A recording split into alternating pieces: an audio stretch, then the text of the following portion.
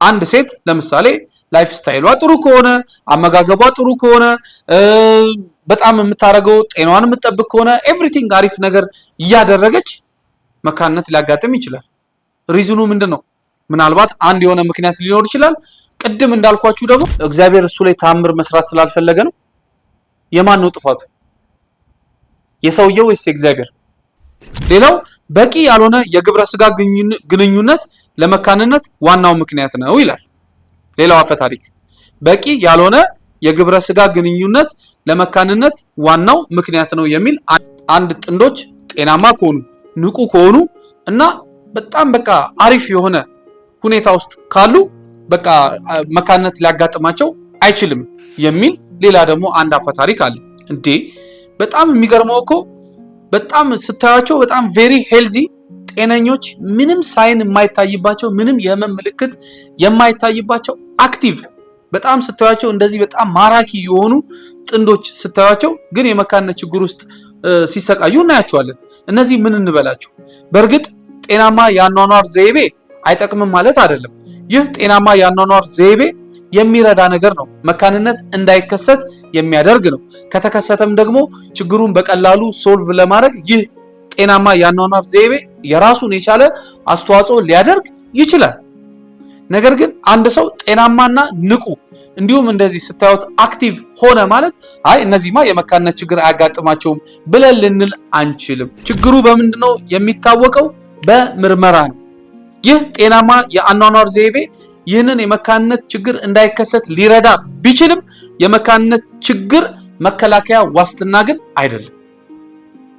አንድ ሴት ለምሳሌ ላይፍ ስታይሏ ጥሩ ከሆነ አመጋገቧ ጥሩ ከሆነ በጣም የምታረገው ጤናዋን የምትጠብቅ ከሆነ ኤቭሪቲንግ አሪፍ ነገር እያደረገች መካንነት ሊያጋጥም ይችላል።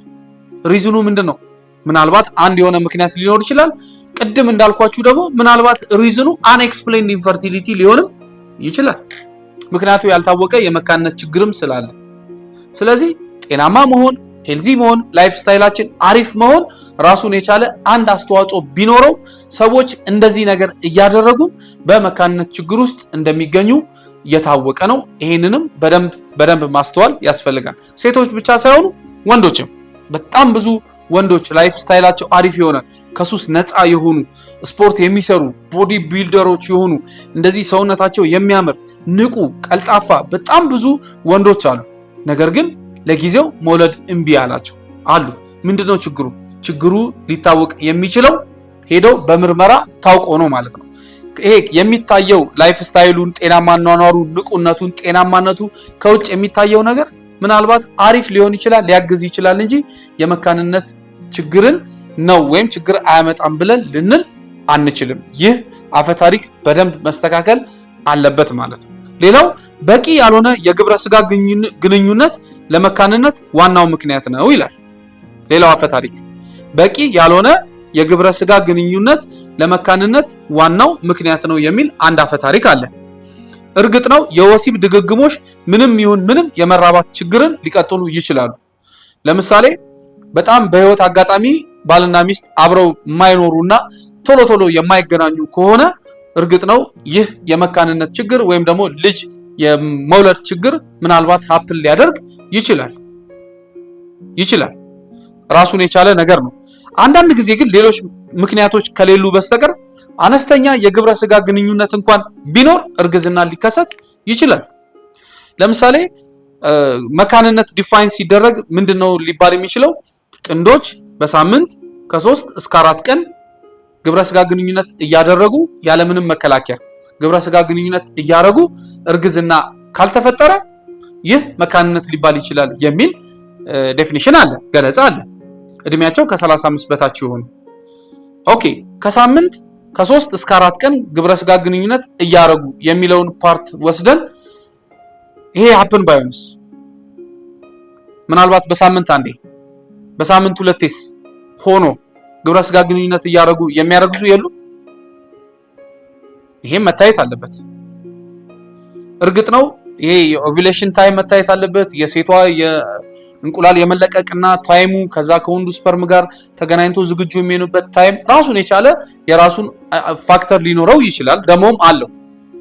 ነገር ግን በጣም ውስን በሆነ ጊዜ በጣም ትንሽ ጥቂት በሚባል ቁጥር የግብረ ስጋ ግንኙነት እያደረጉ የሚያረግዙም ስላሉ በቂ ያልሆነ የግብረ ስጋ ግንኙነት ለመካንነት ችግር ምክንያት ነው ሊባል አይችልም ማለት ነው። ይሄ አፈ ታሪክ በዚህ መንገድ ሊገለጽ ይችላል። ሌላኛው አፈ ታሪክ እርግዝና የእግዚአብሔር ተአምር ብቻ ነው የሚል ሌላ ደግሞ አንድ አፈ ታሪክ አለ። እርግዝና የእግዚአብሔር ተአምር ብቻ ነው የሚሉ አሉ። እውነታው ግን ምንድን ነው? መፀነስ ተአምራዊ ቢመስልም እንደ ጊዜ፣ መደበኛ እንቁላል እና ሌሎች ጤና ነክ ነገሮች ጉልህ ሚና እንደሚጫወቱ ይታወቃል። አሁን ይህ እርግዝና የእግዚአብሔር ተአምር ብቻ ነው? አዎ የሱ ተአምር ብቻ ነው። ነገር ግን እግዚአብሔር ተአምር ለመስራት ሰዎች ምን መሆን ወይም ምን ማድረግ አለባቸው? ወይም ከሰዎቹ ምን ይጠበቃል? ለምሳሌ አንድ ወንድ ልጅ ወይም አንድ ወንድ ባል ራሱን በሱስ በጣም አድክሞ ድራግ፣ ጫት፣ ሲጋራ፣ መጠጥ ኤቭሪቲንግ እነዚህ ነገሮች እየወሰደ ከዛ በኋላ ለማስረገዝ ቢሞክር እምቢ ቢለው እግዚአብሔር እሱ ላይ ተአምር መስራት ስላልፈለገ ነው? የማን ነው ጥፋቱ? የሰውየው ወይስ የእግዚአብሔር? ሴቷ ለምሳሌ በእድሜ ዘመኗ የራሷ የምታመርተው እንቁላል መኖር አለበት። እድሜዋ ግን በተለያየ አይነት መንገድ ሳትጠቀምበት ቀርታ ወይ ሳታገባ ምናምን ቀርታ የእንቁላል የማምረት መጠኑ አልቆ ቀንሶ እቺ ሴት መፀነስ ካልቻለች ይህንን የእግዚአብሔር ተአምር ብቻ ነው ወይም የእግዚአብሔርን ተአምር እንጠብቃለን ብሎ ማለት ይቻላል ወይ? የእግዚአብሔር ተአምር ሊሰራ የሚችለው በምን አይነት መንገድ ነው? አውቃለሁ እግዚአብሔር በጣም ብዙ ተአምራቶችን ሊያደርግ እንደሚችል። እነዚህ ተአምራቶች ግን ሊሰራ የሚችልባቸው ምናልባት እሱ እግዚአብሔር የራሱ የሆነ ዓላማ ሊኖረው ይችላል። አሁን እየተቸገርን ያለነው ነገር ምንድነው? ይህንን ሕክምና ስናወራ ቀጥታ ወስደው ከእግዚአብሔር ጋር የሚያገናኙ ሰዎች አሉ። ይሄንን ደግሞ በምን አየሁት? ባለፈው ጊዜ በሆነ አጋጣሚ በአንድ ፖድካስት ላይ ቀርቤ ስለ ሕክምናው ሁኔታ ስላሉት አማራጮች በሙሉ ያሉኝን መረጃዎች ማቅረብ ስሞክር የነበሩት ኮሜንቶችና ትችቶች ምንድናቸው? በጣም አስቀያሚ ነገሮች ነበሩ። በጣም ያስጠሉ ነበረ። ይገባኛል። ምናልባት ሕክምናው እኛ ሀገር በደንብ ስላልተዋወቀ ሊሆን ይችላል። ስለ ሕክምናው ሰዎች ላይደርሱበት ወይም ላያውቁት ይችላሉ። ነገሮችን ግን በሙሉ እየወሰድን ከእግዚአብሔር ጋር የምናገናኘው ከሆነና ጭራሹኑ ይህ ሕክምና ማድረግ እግዚአብሔርን ያስቆጣል፣ ከእግዚአብሔር ሐሳብ ውጭ ነው ብለው የሚሉ ሰዎችም ገጥመውኛል። ሪሊ ይህንን የሕክምና አማራጭ መጠቀም እግዚአብሔርን ያስቆጣል? ጥበቡስ እንዴት ተገኘ? ይህ ዕውቀት ማን ሰጣቸው ለዶክተሮቹ? የጥበብ ሰጪ የጥበብ ሶርስ እግዚአብሔር እንደሆነ አምናለሁ። እንደዛ ከሆነ ታዲያ ይህ ሕክምናን ማድረግ እግዚአብሔርን የሚያስቆጣ ከሆነ ሌሎች የሕክምና አይነቶችንም ማድረግ እግዚአብሔርን ያስቆጣል ማለት ነው። ለምሳሌ አንድ ሴት ልጅ እንቁላል አልቆ ነገር ግን በእንቁላል ልገሳ መውለድ ከፈለገች የእንቁላል ልገሳ አድርጋ ብትወልድ እግዚአብሔር ይቆጣል ብለን ካልን አንድ ሴት የኩላሊት ልገሳ አስፈልጓት ኩላሊት ተለግሳ ህይወቷ ቢቀጥል እዚህ ጋር እግዚአብሔርን አያስቆጣው? ለምንድን ነው ለእንደዚህ ለመካንነት ሕክምና ሲባል እግዚአብሔር የሚቆጣው? ለሌሎች ሕክምናዎች ሲባል እግዚአብሔር የሚቆጣው? ይሄን በደንብ አድርገን መወያየት አለብን። ብንችል የሃይማኖት አባቶች፣ የተለያየ እምነት መሪዎች በዚህ ጉዳይ ላይ በደንብ አስተያየት ቢሰጡበት ደስ ይለናል። ኃጢአተኝነቱስ የቱ ጋር ነው? ተውት፣ ልገሳውን ተውት። ለምሳሌ የሴት ልጅ እንቁላል ከምታመርተው ቦታ ሪትራይቭ ተደርጎ ወስዶ እንደገና የወንዱን ስፐርም ሳምፕል ተወስዶ ላቦራቶሪ ውስጥ እንቁላልና ስፐርምን ቀላቅሎ ጽንስ ፈጥሮ ያ የተፈጠረውን ጽንስ መልሶ ማህፀን ላይ አድርጎ ያቺ ሴት እንድታረግዝ ማድረግ አይቪኤፍ ተብሎ ይጠራል። የአይቪኤፍ ሕክምና ማድረግ እግዚአብሔርን የሚያስቀይመው ይመስላችኋል? እንዴት? አልገባኝም። ለምን? ይሄ በደንብ ልናወራበት የሚገባ ነገር ነው። ሰፊ ቶፒክ ሊኖረው ይችላል። ሁል ጊዜ ግን አዲስ ነገር ወደኛ ሲመጣ አዲስ የሕክምና ሁኔታ፣ አዲስ ቴክኖሎጂ፣ አዲስ ነገሮች ወደኛ ሲመጡ ቀጥታ ወስደን አናገናኙ።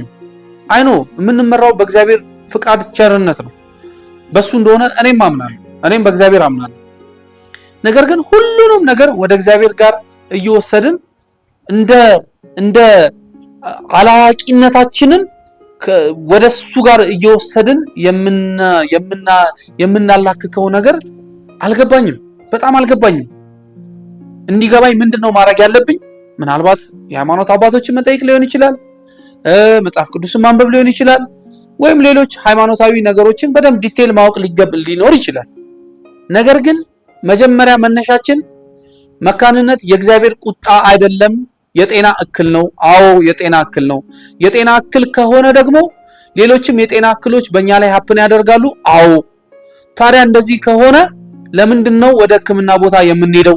መፍትሄ ለማግኘት፣ ለመዳን፣ ህይወትን ለመቀጠል።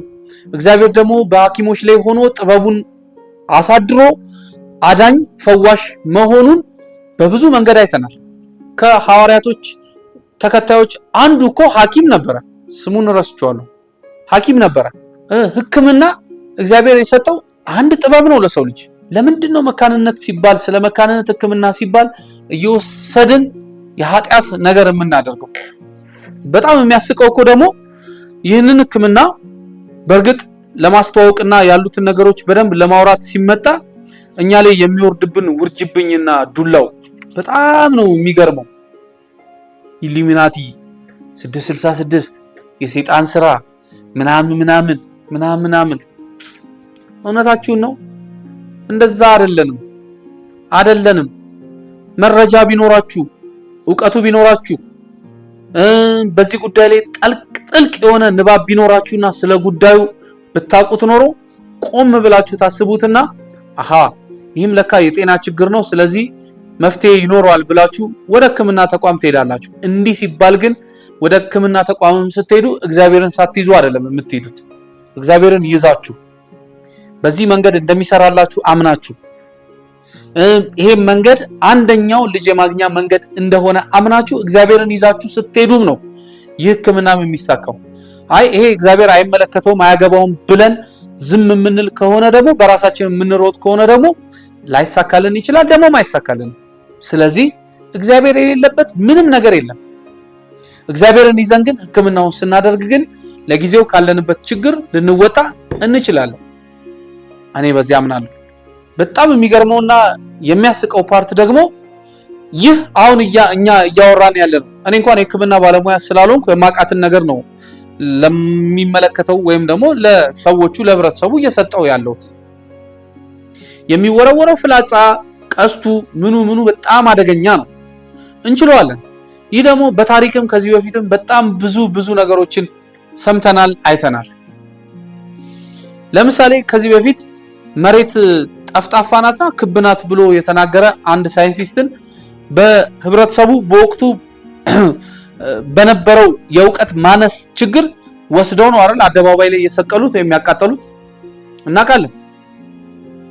ስለ አንድ ጋሊሌዮ ራሱ እንደዛ ነው ሀፕን የሆነው። እሱ ቀድሞ ስላወቀና ስለ ጉዳዩ ስለ መረጃው ቀድሞ አውቆ በቴሌስኮፕ ከዋክብቶችን አይቶ ከዋክብቶችን አየው ብሎ መጥቶ ሲነግራቸው አንተ ከፈጣሪ ጋር ልታስቀስፈን ነው ወይ ብለው ነው አይደል በአደባባይ ላይ የቀጡት።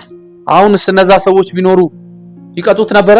አያችሁ፣ አለማንበብ፣ አለማወቅ፣ አለመረዳት፣ ያለውን መረጃ አለመያዝ ለእንደዚህ አይነት ነገር ያጋልጣል። እዛ ፖድካስት ላይ እኮ ስቀለው፣ አስወግደው፣ ቁረጠው፣ ፍለጠው ሁሉ ብሎ ኮሜንት ሲሰጡ የነበሩ አሉ። አልፈርድባችሁም። የማልፈርድባችሁ በሁለት ምክንያት ነው። አንደኛው ምናልባት ስለ ጉዳዩ ከዚህ በፊት ሰምታችሁ ላይሆን ይችላል። ሰምታችሁም ቢሆንም ጠለቅ ያለ መረጃ ላይኖራችሁ ስለሚችል አልፈርድባችሁም። መረጃው ሲኖራችሁ ግን የዛን ሰዓት በደንብ መነጋገርና ማውራት ይቻላል። ሌላው ማልፈርድባችሁ እናንተ ኮሜንት የምትሰጡ ሰዎች ችግሩ አልደረሰባችሁ፣ አታውቁትም። አለመውለድ ምን ያህል በማህበረሰባችን ዘንድ ከፍተኛ የሆነ አደጋ እንደሆነ በጣም ብዙ ሰዎች ባለመውለዳቸው ምክንያት ብዙ የማህበረሰብና ስነልቦናዊ ጫና እየደረሰባቸው እንደሆነ ስለማታውቁና ስላልደረሰባችሁ የፈለጋችሁትን ነገር ማውራት ትችላላችሁ፣ መቀባጠርም ትችላላችሁ። አልደረሰባችሁማ። የደረሰባቸው ሰዎች ጋር ግን ብናወራ፣ ችግሩ የነካቸው ሰዎችን ብናወራ ግን ይህ ችግር ይህ የሕክምና ሂደት ምን ያህል አሪፍ እንደሆነ ምን ያህል ጥሩ እንደሆነ በዚህ መንገድ በጣም ብዙ ሰዎች ወልደው የወላጅነት ህልማቸውን አሳክተው በአደባባይ በአውደ ምሕረት በእምነት ተቋማቸው ላይ ፈጣሪን ሲያመሰግኑ እኔ ባይኔ አይቻለሁ። ከእውቀት ከመረዳት እና ከመረጃ እጥረት ምክንያት ይህ ነው። አንዳንድ ደግሞ እኛ ብቻ ነን እግዚአብሔርን የምናውቀው ብለው የሚመጻደቁ አንዳንድ ተመጻዳቂ ሰዎች ደግሞ አሉ። ልክ በቃ ይሄንን ነገር ወስደው ከሆነ ነገር ጋር ከእምነት ጋር ያገናኙታል፣ ከምን ጋር ያገናኙታል፣ መካንነት የፈጣሪ እርግማን ነው ምናምን እያሉ ደግሞ ዝም ብለው ደግሞ የሚቀበጣጠሩ ማአት ቀባጣሪ ሰዎች ደግሞ ገጥመውናል። በእርግጥ ችግሩ እንዲደርስባችሁ አልፈልግም፣ በፍጹም። ችግሩ የደረሰበትን ሰው ስታዩ ግን ትሪት አድርጉ። ጣት ከመጠቋቆም፣ በአሽሙር ከመስደብ፣ የማይረባ ቃላቶችን ከመወርወር፣ ከአንደበታችን የሚወጡ ቃላቶችን በመጠበቅ እነዚህ ሰዎች ብታግዟቸው ጥሩ ነው። ሌላው ማልፈርድባችሁ ነገር ምንድነው? ይህ ሕክምና እኮ 40 እና 50 ዓመት ሆኖታል ከተጀመረ። ሌሎች ዓለማቶች ላይ በደንብ እየተሰራበት የሚገኝ ነው። እንግሊዝ ሀገር ብትሄዱ የመጀመሪያው ሕክምና የጀመረው እንግሊዛዊ ዶክተር ነው፣ ህንዳዊ ዶክተርም ነው ይባላል። ህንድ፣ እንግሊዝ፣ ሌሎች ሀገራቶች ብትሄዱ በደንብ ሕክምናው እየተሰጠ ብዙ ሰዎች የወላጅነት ህልማቸውን አሳክተዋል። ስለ ሕክምናው ገና እኛ ሀገር አልተዋወቀም፣ አልተሰራም። አይቪኤፍ ምንድን ነው? አዩዋይ ምንድን ነው? በጣም ብዙ ሰዎች ናቸው ይህን ጉዳይ የሚያውቁት፣ በጣም ውስን ሰዎች። ለዛውም የሚያውቁት ችግሩ ደርሶባቸው ለችግሩ መፍትሄ ለማግኘት ወደ ጤና ተቋም ሲሄዱ ነው ችግሩን ያወቁት እንጂ ቀድሞ የሚያውቁት ነገር የለም። አዎ ለዚህ ችግር ደግሞ ተጠያቂ ልንሆን የምንችለው እነማንን ሲባል እኔን በእርግጥ አይመለከትም። ይህንን ችግር በደንብ ማለት ከዚህ ችግር ለመውጣት ማንን ነው የሚመለከተው ቢባል የጤና ባለሙያዎችን ነው። እስቲ ስንቶቻችሁ የአይቪኤፍ ስፔሻሊስት ዶክተሮች፣ የጋይኒኮሎጂ ዶክተሮች ባለሙያዎች ምን ያህሎቻችሁ ናችሁ ወጣችሁ በኢንፈርቲሊቲ ዙሪያ ሲምፖዚየም፣ ሴሚናር፣ ትሬኒንግ እና አንዳንድ የልምድ ልውውጥ ፕሮግራም አዘጋጅታችሁ ህብረተሰቡ እንዲነቃ እንዲያቅ ያደረጋችሁ ስንቶቻችሁ ናችሁ? ተቡት። ይሄን ማድረግ ብዙ ነገር ሊጠይቅ ይችላል። አሁን ዘመኑ በፈቀደልን መጠን እንኳን ስንቶቻችን ነን ወደ ሶሻል ሚዲያ መተን ስለ ኢንፈርቲሊቲ ጉዳይ እያወራን ያለ ነው? በእርግጥ ሁሉንም ሳይሆን አንዳንዶቻችሁ። በጣም ደግሞ ማደንቃችሁና ማከብራችሁ ደግሞ ታውቃላችሁ፣ አቅም በፈቀደ መጠን በተጣበበ ጊዜያችሁ በጣም በተጣበበ ጊዜያችሁ ቀንሳችሁ በሶሻል ሚዲያ እያንዳንዷን ነገር እየመጣችሁ ለህብረተሰቡ መረጃ እየሰጣችሁ የምትገኙ ለእናንተ ቢግ ሪስፔክት አለኝ። ክሬዲቱም ለእናንተ ነው። ይህ ግን በቂ አይደለም። ከናንተ ከባለሙያዎች ጋር ማን መምጣት አለበት? የማህበረሰብ አጥኚዎች መምጣት አለባቸው። የስነ ልቦና ባለሙያዎች መምጣት አለባቸው። የህግ ባለሙያዎች ከናንተ ጋር መምጣት አለባቸው። እንደገና የሃይማኖት አባቶች ከናንተ ጋር አብረው መተባበር አለባቸው። እነዚህ የጠቀስኳቸው ባለሙያዎች አንድ ላይ ሆነን ነው ቀጥታ ብዙ የተደራጀ መረጃዎችን ወደ ማህበረሰቡ ስንወስድ ወይም ወደ ማህበረሰቡ ስንለቅላቸው ማህበረሰቡ ለካ እንደዚህም አለ እንዴ ብሎ መረዳት የሚጀምረው ማወቅ የሚጀምረው። እየሰራችሁ ያላችሁትን ቀጥሉ። በጣም ቴንኪው ብለናል። እንደገና እየሰራችሁ ያላችሁትን ደግሞ በጣም በማስፋት የሚመለከቱት አካላቶች ጋር በተለይ ችግሩ ያለበት አካል ጋር ለመድረስ አሁንም ሰፊ ስራ ይጠይቃል። ይሄ ቢዝነስ ጉዳይ አይደለም። የመካንነት ህክምና ሲጀምር it's not a business። ይሄ ማከም ነው፣ አእምሮን ማከም ነው፣ የቆሰለና የደማ ልብን ማከም ነው እንጂ እንቁላልና ስፐርም ቀላቅሎ ጽንስ አስቀምጦ ቻው ማለት እሱ ብቻ አይደለም። እሱ አይደለም ህክምናው። በዚህ ችግር ውስጥ ያሉ ሰዎች መታከም አለባቸው። እዚህ ውስጥ በጣም ብዙ ነገር ገብቷል። ልባቸው ውስጥ አእምሯቸው ውስጥ በጣም ጥሩ ያልሆኑ ነገሮች ገብተዋል።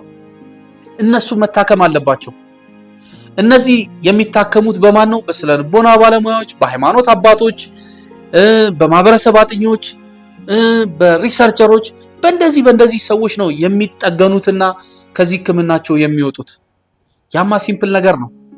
አእምሮና ልብ ከዘጋ ደግሞ የፈለገ በዓለም ላይ አንደኛ ደረጃ የተባለ ህክምና ብትሰጧቸው ህክምናውን አክሴፕት አያደርግም፣ ሰክሰስፉልም አይሆንም። ለምን? ይሄና ይሄ ዘግቷላ። ይሄና ይሄ ሲከፍት ነው ሁሉም ነገር አሪፍ እየሆነ የሚመጣው። ቻሌንጅ እንኳን ቢኖር ቻሌንጁን በቀላሉ ማውጣት እንችላለን። ስለዚህ እናንተ የጤና ባለሙያዎች፣ ጋይኒኮች፣ ኢንፈርቲሊቲዎች፣ ኤምብሪዮሎጂስቶች እና ሌሎች እያደረጋችሁ ያሉትን ነገሮች በሙሉ ቀጥሉ፣ እንበርታ።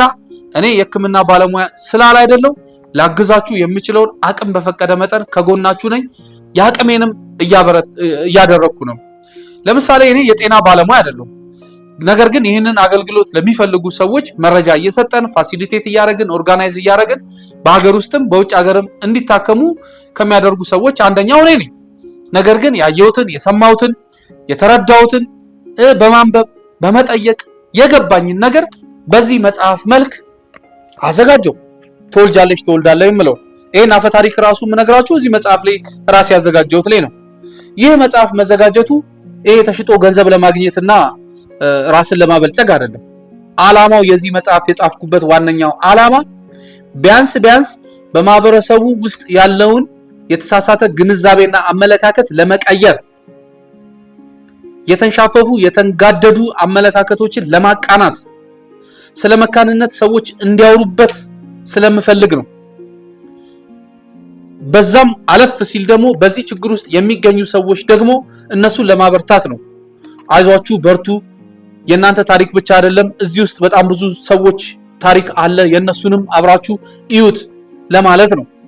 እኔ የህክምና ባለሙያ ያልሆንኩኝ ይህንን መጽሐፍ የጻፍኩ፣ የህክምና ባለሙያ የሆናችሁ ደግሞ ወይም ሌላ ከኔ የተሻለ ፕሮፌሽን ላይ ያላችሁ ደግሞ ከኔ የበለጠ ብዙ ነገር መስራትና ማድረግ ትችላላችሁ። ምንድነው የያዛችሁ? ምንም ይቻላል። አሁን ከዚህ ቀጣይ የማዘጋጀው መጽሐፍ አለ፣ እየተዘጋጀ የሚገኝ መጽሐፍ አለ። ፍላጎት ያላችሁ በዚህ ችግር ላይ ችግሩ ገብቷችሁ በዚህ ህክምና ላይ ህክምና እያሰጣችሁ የምትገኙ ባለሙያዎች ቀጣይ ደግሞ ስለ ህክምናውን በተመለከተ ስለሆነ የሚዘጋጀው አብረን እንስራ፣ እኔም የራሴን ኮንትሪቢዩሽን ማድረግ እፈልጋለሁ ካላችሁ እኔ ዝግጁ ነኝ።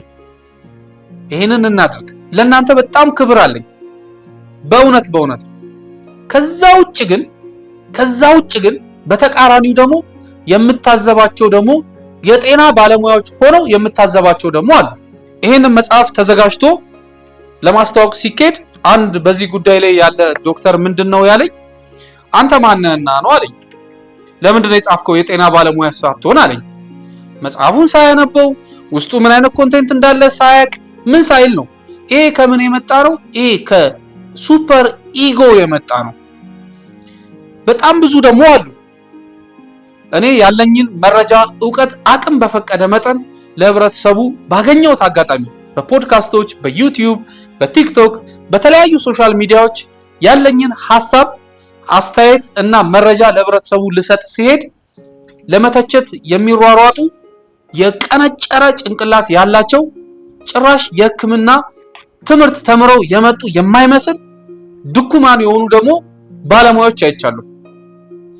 ምንም አይጠቅማችሁም። እዚህ ጋር አሁን እየተለካካን ያለነው በምታውቁት ዕውቀት አይደለም። የትም ካምብሪጅ ዩኒቨርሲቲ ሄዳችሁ ተማሩ፣ የትም ዩኒቨርሲቲ ተምራችሁ ነው። እሱ አይደለም እየተለካካን ያለነው። እየተለካካን ያለነው የምታውቋትን ዕውቀት እንዴት አድርጋችሁ ወደ መሬት አውርዳችሁ ለናንተ ከዛ ደግሞ ለህብረተሰቡ የሚጠቅም ነገር ሰርታችኋል ወይ? እሱ ነው እሺ እየተለካካን ያለ ነው። ካምብሪጅ ዩኒቨርሲቲ ሄደ ተምረ ዶክተር የሚል ታይትል ይዘ መተ እዚህ የሚሰሩትን ሰዎች ግን ምትነቁር ከሆነ አንተ ኮርስ የጨረስክ እንጂ የተማርክ አይደለም። ሐሳብ አስተያየት ለመስጠት አትጣደፉ፣ አትቸኩሉ። በጣም በስፋትና በጥልቀት እኮ የምትመጡና መረጃውን የምትሰጡ ከሆነ እኔ እዚህ መጥቼ በተለያዩ መንገዶች በተለያዩ ሶሻል ሚዲያዎች ሐሳብ አስተያየት መስጠት አይጠበቅብኝም፣ መረጃ መስጠት አይጠበቅብኝም። ቦታዬ ስላል አይደለም። ኑና ቦታውን ያዙት። ኮሚትድ ሁኑ፣ ኮንሲስተንሲ ይኑራችሁ።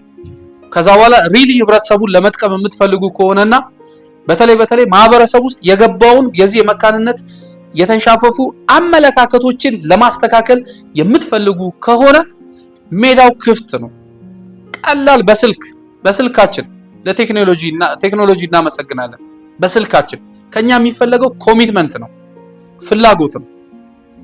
በዛ ላይ ደግሞ የፈለገ ጥግ ድረስ ጨረቃ ድረስ የደረሰ ዕውቀት ቢኖራችሁ ዕውቀታችሁን መሸጥ ካልቻላችሁ፣ ራሳችሁን መሸጥ ካልቻላችሁ፣ ፕሮሞት ማድረግ ካልቻላችሁ እናንተ ምንም ናችሁ።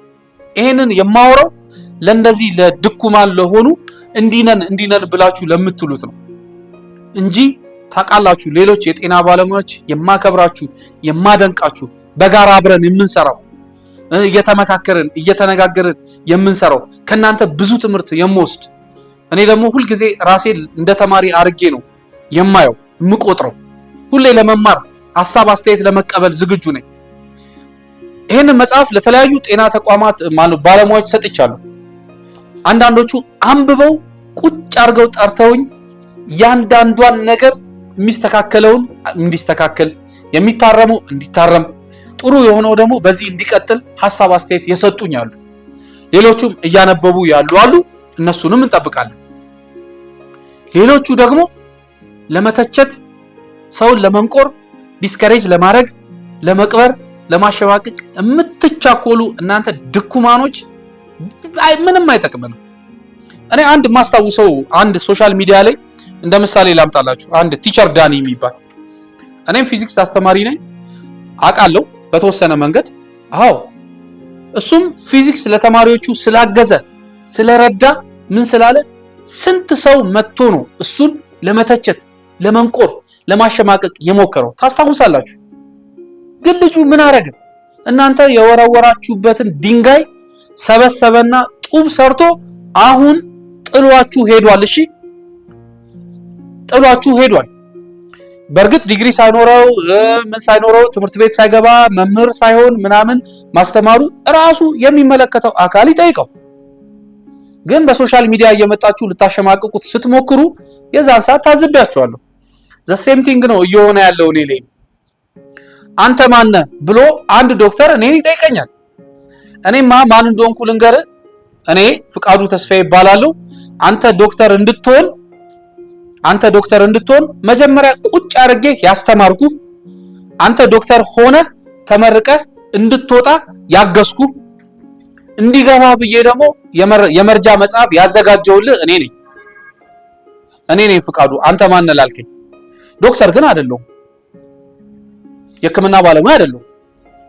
የማቃትን የሰማዋትን በተለይ የህንድ ሀገር ኤክስፒሪየንሶችን ይዤ መጥቼ አገሬ ላይ ባስተዋውቅ ተጠቃሚ የምትሆኑት ራሳችሁ የጤና ባለሙያዎቻችሁ ናችሁ እንጂ ማንም አይደለም።